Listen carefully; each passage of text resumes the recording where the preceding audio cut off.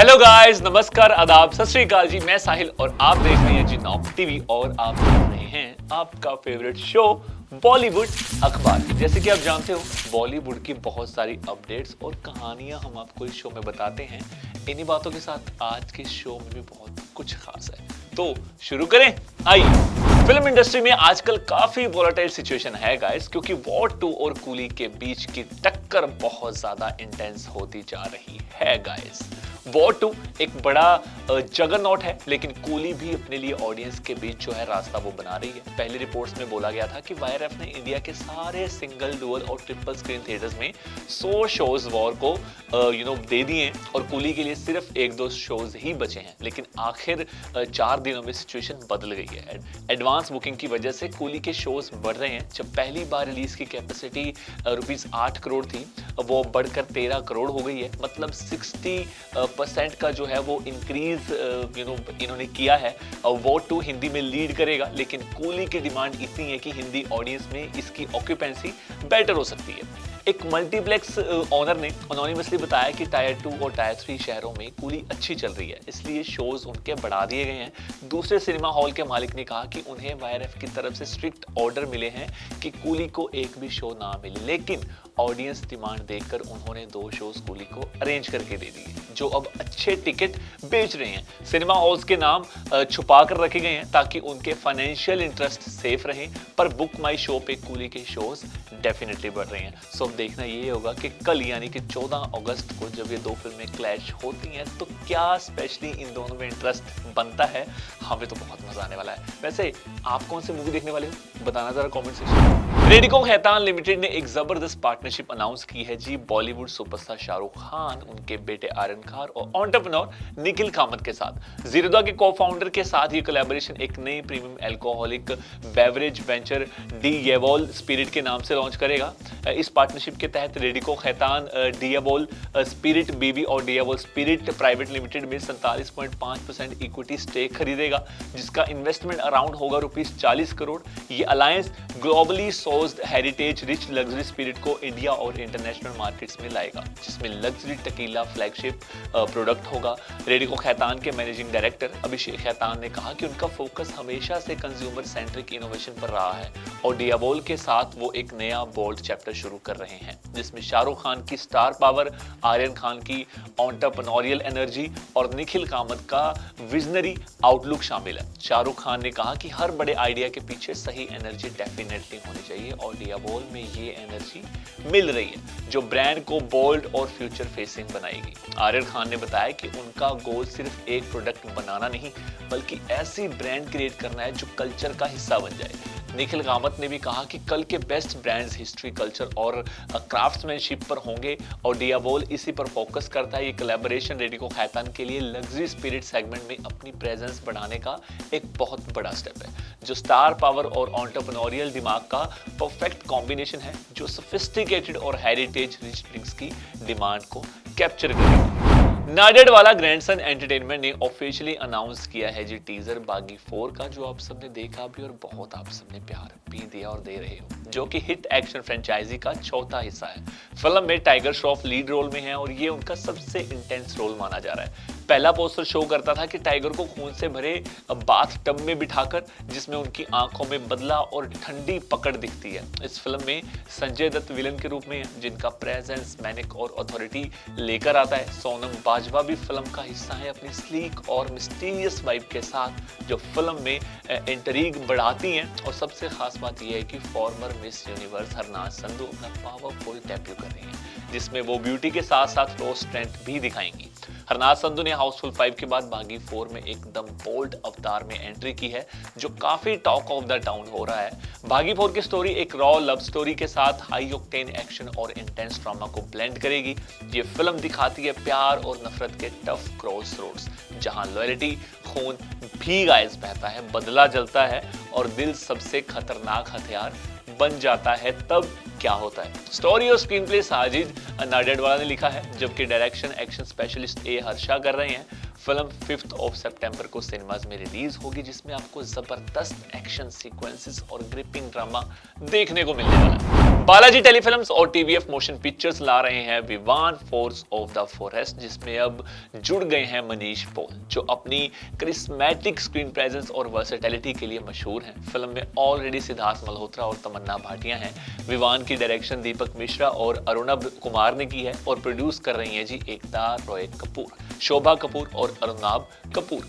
Film 15 मई 2026 को theatres में आएगी। मनीष पॉल अपने सिग्नेचर लाइट हार्टेड रोल से हटकर इस फिल्म में एक इंटेंस और लेयर्ड कैरेक्टर में नजर आने वाले हैं। एकता कपूर ने कहा कि मनीष का चार्म और परफेक्ट टाइमिंग, चाहे कॉमेडी हो या इमोशन, ऑडियंस को इंस्टेंटली कनेक्ट करवाता है। हम बहुत खुश हैं उनके साथ विवान में और उनका रोल लोगों को डेफिनेटली सरप्राइज करेगा। टीवीएफ के अर्नब कुमार भी एक्साइटेड हैं। उन्होंने बताया कि मनीष के साथ कई प्रोजेक्ट डिस्कस हो रहे हैं और विवान से उनका नया कोलैबोरेशन शुरू हो रहा है, जिसे टीवीएफ के दिल के करीब माना जाता है।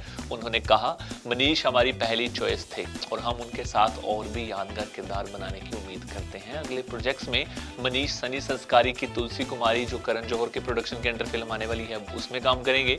और है जवानी है तो इश्क होना है, डेविड धवन की डायरेक्शन में उन फिल्म में काम करेंगे, उसके लिए पूरी तैयारी कर रहे हैं। मनीष ऑडियंस को आगे भी एंटरटेन करने के लिए पूरे रेडी हैं, पूरे एक्साइटेड हैं। तो अब देखना ये होगा कि वो जब फिल्म लेके आते हैं तो उनके किरदार को लोग कितना पसंद करते हैं। ईशा कोप्पिकर ने सुभाष घाई की व्हिस्लिंग वुड्स इंटरनेशनल के फिल्म मेकिंग स्टूडेंट्स के साथ मिलकर एक इमोशनल ड्रामा रॉकेट शिप में काम किया है। ये फिल्म स्टूडेंट का डिप्लोमा प्रोजेक्ट है, जिसमें ईशा ने अपना एक्सपीरियंस और स्टार पावर देकर इन यंग फिल्म मेकर्स की मदद की है। ईशा ने कहा, जब स्टूडेंट्स ने मुझे अप्रोच किया तो मैं बहुत खुश थी। उनका सपोर्ट करने के लिए उनमें बहुत पोटेंशियल है, जो मुझे उनके स्क्रिप्ट और स्टोरी सुन के समझ आया। मैं उनसे रिलेट करती हूं, क्योंकि इंडस्ट्री में मैंने भी स्क्रैच से शुरू किया था। मेरे पास कोई गॉडफादर नहीं था। उनके सपने बिल्ड करना मुझे मोटिवेट और फुलफिल करता है। रॉकेट शिप का पहला पोस्टर रिलीज हो चुका है, जो एक माँ बेटी के गहरे रिश्ते को दिखाता है। ईशा कोप्पिकर का रोल ऑब्वियसली इमोशनल है, जो ऑडियंस को डीपली टच करेगा। ये प्रोजेक्ट सिर्फ स्टूडेंट्स की क्रिएटिविटी नहीं दिखाता गाइस, बल्कि ईशा की प्रेजेंस से इससे एक इंडस्ट्रियल क्रेडिबिलिटी भी मिली है। ये कोलैबोरेशन सिर्फ एक ऑन स्क्रीन अपीयरेंस नहीं है, बल्कि एक मीनिंगफुल मेंटोरशिप है, जहां ईशा अपने सालों के एक्सपीरियंस से स्टूडेंट्स को गाइड करती हैं और नए फिल्म मेकर अपने इनोवेटिव आइडियाज और स्टोरी टेलिंग से ईशा को क्रिएटिव एनर्जी देते हैं। इस तरह दोनों ट्रेडिशनल फिल्म मेकिंग और मॉडर्न नैरेटिव स्टाइल का परफेक्ट मेल जो है इन दोनों को देख के होता है। जैसे ही रॉकेट शिप रिलीज होने वाला है, ये दिखाता है कि कोलैबोरेशन और मेंटोरशिप इंडियन सिनेमा के फ्यूचर को कितना मजबूत बना सकता है। मृणाल ठाकुर और धनुष के डेटिंग रूमर्स ने काफी मीडिया और फैंस को कंफ्यूज कर दिया था। मुझे भी कंफ्यूज कर दिया था, स्पेशली जब धनुष मृणाल की फिल्म सन ऑफ सरदार 2 के प्रीमियर पे आए थे। एक वायरल वीडियो में मृणाल धनुष को साइड हक देती हुई दिख रही हैं, जिससे लोगों ने डेटिंग का अफवाह फैलाया। लेकिन मृणाल ने अब इस बात को क्लैरिफाई किया था कि उन्होंने ओनली कॉलीवुड के साथ बात करते हुए कहा कि धनुष मेरे सिर्फ एक अच्छे दोस्त हैं। ये जो हमारे अभी डेटिंग की न्यूज आ रही है, मैं इसे फनी मानती हूँ। धनुष को सन ऑफ सरदार 2 के प्रीमियर पर अजय देवगन ने इनवाइट किया था, मेरे इनवाइट पर वो नहीं आए थे, इसलिए लोग गलतफहमी में ना रहें। धनुष और मृणाल की दोस्ती को अभी तक कोई रोमांटिक एंगल नहीं मिला है और दोनों अपने अपने करियर पर फोकस कर रहे हैं। धनुष के पास कुछ तमिल और हिंदी प्रोजेक्ट्स हैं और मृणाल भी आने वाले समय में बहुत अच्छी हिंदी फिल्म्स कर रही हैं, उसमें नजर आएंगी। ये क्लैरिफिकेशन उन सब अफवाहों को खत्म करता है जो मीडिया और सोशल मीडिया पर छाई हुई। कबीर खान ने अपनी फिल्म बजरंगी भाईजान के एक सीन को लेकर याद किया कि जब सेंसर बोर्ड ने उनसे कहा था कि वो जय श्री राम वाला डायलॉग हटा दें। ये सीन पाकिस्तान में सेट था, जहां ओमपुरी का कैरेक्टर सलमान खान को अलविदा कह रहा था और बजरंगी खुदा हाफिज कहने में झिझक रहा था।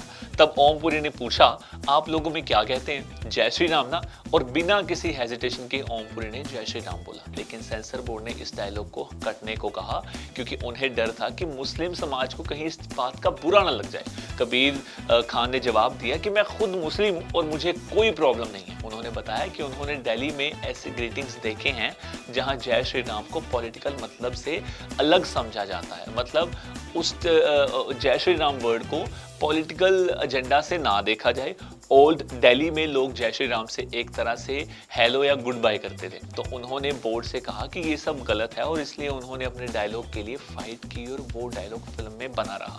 कबीर ने कहा कि आज के इस पॉलिटिकल सिनेरियो में भी अगर इस फिल्म को प्यार मिलता है तो इसका मतलब ये है कि कहीं ना कहीं ये सबको छू जाती है फिल्म, बस गेट कीपर्स अपनी लिमिट्स बनाते हैं। बजरंगी भाईजान 2015 में रिलीज हुई थी, वो और एक सबसे बड़ी ब्लॉकबस्टर फिल्म भी रही थी जिसमें सलमान खान ने एक ऐसे इंसान का किरदार निभाया था जो रिलीजन के बंधों से आगे बढ़कर इंसानियत को समझता था, जिसमें करीना कपूर, नवाजुद्दीन सिद्दीकी और हर्षाली मल्होत्रा भी थे। आगे बढ़कर बात करते हैं जी सेगमेंट 2 की और बताते हैं जी जो आपके फेवरेट आर्टिस्ट हैं वो कहाँ जा रहे हैं और क्या कर रहे हैं। द पुष्पा मैन यानी कि अल्लू अर्जुन फ्लाई कर रहे हैं जी मुंबई से। कहाँ जा रहे हैं ये तो पता नहीं, बट इन्हें देखिए और खुश होइए। Hello Anna, hello Anna, Anna Anna Anna Anna please Anna photo दो ना Anna. Love you Anna, love you अन्ना।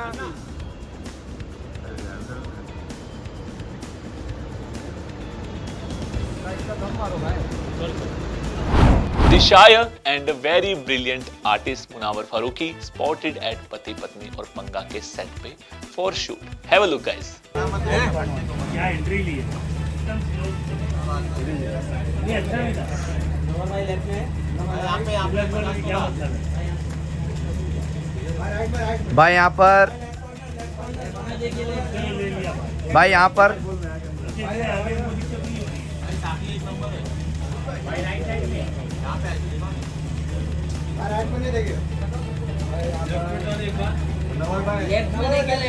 भाई जो भी वेयर कर रहे हो वही एक नंबर होता है क्या?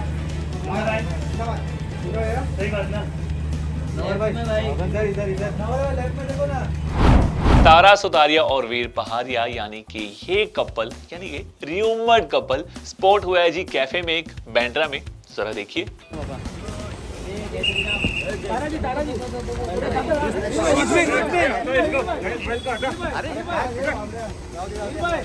पीछे आओ ना दिन्या।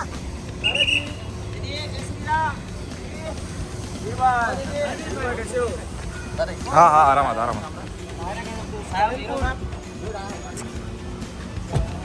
साइड साइड आगे चलने दे, आगे चलने दे, आगे चलने दे।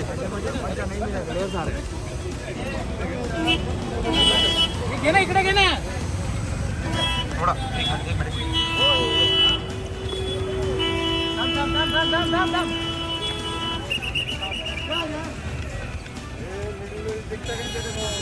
थोड़ा मोबाइल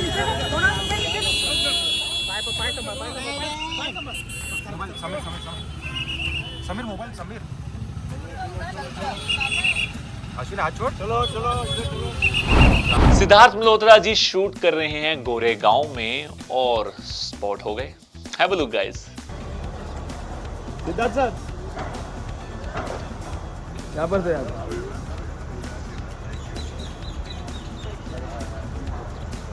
सिद्धार्थ सर यहाँ पर परम सुंदरी सुंदरी 29 आगे लगा देंगे। डेजी शाह भी बैंड्रा में स्पॉट हुई। जरा देखिए गाइस कितनी प्यारी लग रही है ये।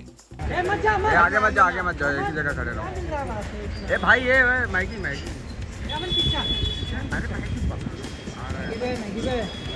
यहाँ पे वेट मैम यहाँ पे फोटो करते हैं। डेजी जी यहाँ पे, डेजी जी यहाँ पे।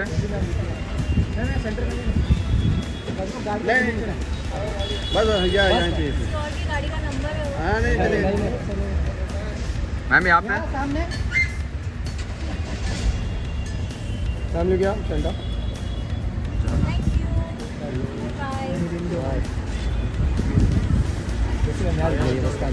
मैम इसको फोटो दीजिए। से रुका था।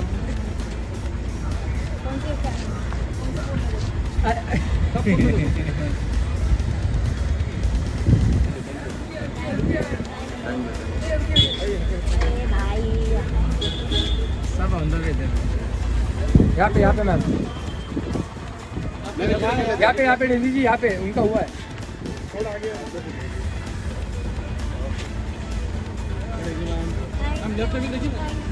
Thank you ma'am. सिद्धांत चतुर्वेदी स्पॉटेड इन अंधेरी। वैसे इनकी धड़क तो आपने देखी क्या? देखी ना? अगर नहीं देखी तो इन्हें देख लो, उसके बाद आप फिल्म देख लेना। भाई भाई लड़क टू हिट है भाई।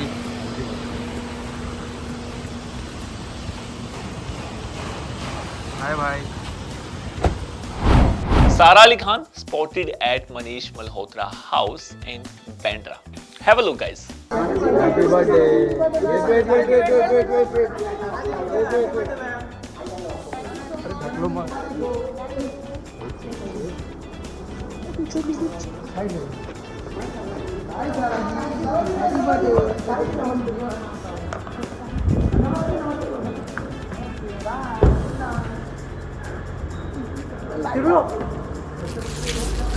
आगे बढ़ते और बात करते हैं जी सेगमेंट 3 की और बताते हैं जी जिन फिल्म्स को आपने इतना प्यार दिया है उन्होंने एक्चुअल में कलेक्शन कितनी की।